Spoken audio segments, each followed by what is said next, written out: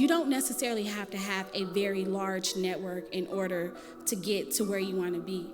A few key players and a few genuine relationships can get you exactly where you want to be in half the time. Brittany. Hi, thanks for having me. So incredibly. Y'all, I'm gonna tell y'all real quick something about Brittany. Brittany don't play that. She wanted to know, she wanted to know all the details and nook and the crannies. She was like, nah, what's going on? You invite me. Okay, what's happening, everything. And I appreciate you so much for being here. Came very highly recommended. Thank you. And so we're very, very honored to have you. So one of the cool things, our first episode, we actually had our first episode was with Shanae. And of course, she is a tech recruiter. Yes. But you're not a tech recruiter. You are a senior talent sourcer for Uber. Yes. So can you please just really quickly tell us, like, what is the difference between a talent sourcer, specifically a senior talent sourcer, and a tech recruiter? Yes, it all starts with the process of an organization understanding that they need to fill a talent space. So that's going to come with opening a requisition, which is then assigned to a recruiter. The recruiter will fill that rec from top to bottom, end to end, full life cycle, from reviewing applications to advancing talent, to hiring managers, discussing salary negotiations, closing that candidate. However, if the recruiter identifies that their applicant traction is low or the candidates that they are screening are not viable, they will request for sourcer support. And that's where I come in, and I do what I do by pulling talent neurons, ensuring that myself. You said talent neurons? Talent neurons, yes. Wait, no, hold on. What is a talent neuron? Because at first, I don't know, I thought I was tripping. I was like, you say neuron? Like, yes. What is a talent neuron? Everything with my process starts with data. Of course, numbers don't lie, and sourcers nor recruiters can create the market. We can only deliver what is already there. And so a piece of that is having a very sophisticated way of storytelling to our hiring team what the market is actually doing. So pulling those talent neurons to say these are alternative locations, these are alternative titles to this opportunity that people are already working that could have the transferable skills that we're looking for.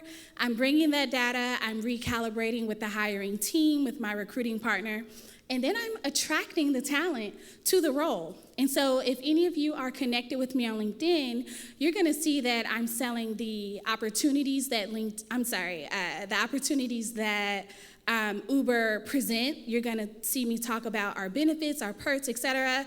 And a part of all of that is just getting you guys through the door to sell what your talent is to our team. Okay, thank you for that. Right before I got in tech, I actually was a rideshare driver. I'm not gonna say who I was driving for. Please don't say. I ain't gonna say who. That's why I did that. Because we're on good terms. Yeah, I know. I wasn't gonna say who I was driving for, but I was a rideshare driver. All I'm gonna say is, your company didn't want to let me drive for them, but we gonna let that slide though. We gonna let that slide. Shouts out to Uber. And so one of the things, and this is a complete sidebar from even like our conversation, one of the things I cannot tell you how often whenever I get inside of a rideshare, a driver's vehicle, how if it's a long ride, if it's, y'all know, like if it's one of those 10-minute rides, you ain't really trying to talk, 20, whatever. Yeah. Whenever it's like a longer ride and I'm kind of sitting there, I start asking them like, hey, like, what is your plan like to get out of this? And I usually would try to encourage them, be like, yo, instead of you driving, just driving for this company, maybe while you're driving for them, you should consider some of their tech roles. Right. So that way you can go from just being a driver to then you can now in some type of way either be implementing or developing or recruiting or talent sourcing or doing something else where they're like honestly just better paying opportunities in the role. So that's kind of like a complete sidebar, but just something I was thinking about. So you've been a recruiter and a talent sourcer or a talent sourcer for various different companies, not even just tech companies. Correct. So, and this is something that I was curious about. What is the difference, or what has been like your difference or experience in being a talent sourcer for tech companies versus traditional companies? For sure. And so for the past 7 years, I've supported talent acquisition as a full life cycle recruiter. So for Uber, this is my first opportunity where I am a formal, dedicated sourcer. And what I find the biggest difference to be is that there's a very sophisticated organizational way of sifting through who's going to support what. For example, we have data scientists in tech, we have program managers in tech, we have business analysts in tech, we have engineering, being one of our most important parts of how we obtain our bread and butter. Yeah. And so within tech, you're gonna get teams that are very niche and support those functions solely and exclusively versus spending their day-to-day supporting them all. That was good, family. If you're tuning into this and you're wondering, yo, how do I get a job like that in tech? Well, we've got good news for you because we've just partnered with a tech boot camp called General Assembly that'll help you get a job like this or a variety of others, no matter where you live at in the world. We're talking product management, UX, UI design, programming or development, data science, data analytics, and a variety of others. Use the link in our description, and not only will you be able to do your first class for free, but for those who decide to sign up with the program, you'll get a $200 discount off. Make sure that you let us know which course you chose and keep us posted on your journey in tech. So, and this is something I usually talk to people about because oftentimes, so I'm a sales engineer, and I oftentimes tell people like, hey, every company doesn't have a sales engineer because of the type of business that they're in.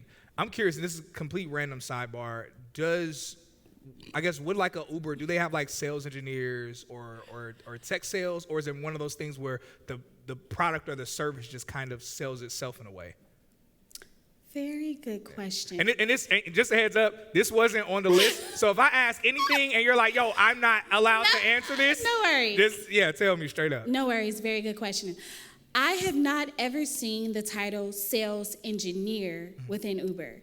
We do have an engineering organization, and then we do have a sales organization, and they both work cross-functionally with each other and product. Okay. All right, that makes sense. So it's like a trifecta that's like mixing all the sauce together in order to be successful. Okay, thank you, Frank. That was a personal question. So no worries. I appreciate that. All right, so what is a safe space in tech? And like, what is the importance of having a safe space? Safe spaces are major for Black people in tech. Most oftentimes, we have transitioned into tech, but we came from other industries, we came from other companies where we may have very well suffered some type of corporate PTSD, where maybe we were the only Black people on our teams or the only Black people within our organizations. And so you come into tech, which is still very much so a white-dominated space for now, and you can have situations to happen where you're not for sure if what you're feeling is validated, or you're not for sure how to react to it. You're not for sure how to even move on from it. You can have a terrible day and come back the next day and ask yourself, the company is great. I love what I'm doing, but do I love being here in this moment? And you can be gone in the next because you chose to be. Now that's terrible because now you're not doing what you love, and then a company loses great talent. But if you have a village, a really strong village of people that you can identify with, that you're feeling a sense of inclusion from, that you're getting support, that if you are having a bad day, before you pop off on whoever, you can have a side coffee chat to be like, this is what's going on. I just need to get that off my chest. I'm straight. But then to even take it a step further, mentorship and career sponsorship and coaching is extremely beneficial to your development long term. And so let's not get in the hang of having a million mentors. Identify what your goals are, short term and long term. And as you're in these cross-functional meetings, as you are working projects, as you are a part of ERGs, hopefully your company does have ERGs, You can narrow down who it is that is at a higher level that you would not mind mentoring you in a particular thing. And then as you are growing those organic relationships within your safe space, you can become vulnerable to certain situations, and those people become your career sponsors because they know your strengths, they know your weaknesses. Your mentor and your sponsor should be aligned so everyone knows what the end goal is, and that sponsor champions you. And then you have your career coach that really fills the gap and ensure that you know the best way to communicate to each of those parties what it is that you want your next step to be. Thank you for that. So one of the things, if anybody's heard like kind of like our slogan or statement or whatever it's whatever the term is called, we always say like breaking into tech and scaling in tech. Mm-hmm. So you're essentially saying that one of the benefits of having that safe space and having that community is helping cultivate your relationship in this industry so that you can scale. 100%. Okay, that's good. That's important to touch on. So what are some of the do's and don'ts for someone who is approaching a recruiter or talent sourcer? Mm-hmm.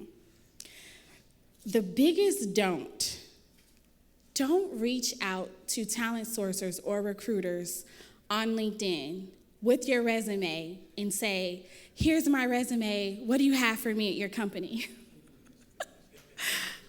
We get hundreds of those messages, and as much as we want to help you, we don't have the bandwidth. We are actually working, full time for a corporation. We are not career coaches in that capacity, unless our profile says that we are. And in that case, you just want to ask for some time. The best thing to do is to do your research.